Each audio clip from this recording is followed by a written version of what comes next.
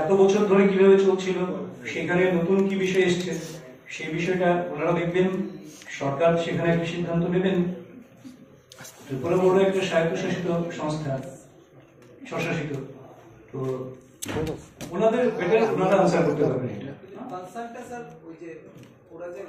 আমি শুধু ভারতীয় জনতা পার্টি ত্রিপুরা প্রদেশ থেকে একটা কথাই বলছি,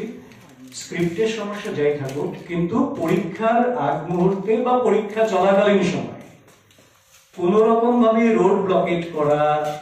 কিংবা রেলওয়ে লাইন ব্লকেজ করা করে একটা নতুন ভাবে কেওটিক সিচুয়েশন তৈরি করা, যাতে করে পরবর্তী কোনো না কোনো ছাত্র গোষ্ঠী তারা অ্যাংজাইটিতে থাকবে, পরীক্ষা দিতে পারবে না কেউ,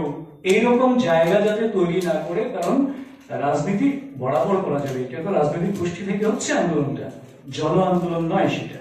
রাজনীতি করা যাবে, কিন্তু ভবিষ্যৎ প্রজন্মের ভবিষ্যৎটাকে ক্ষতিগ্রস্ত করে রাজনীতি যাতে না করে, সেই অনুরোধটা আমরা ত্রিপুরা প্রদেশ বিজেপি থেকে রাখছি।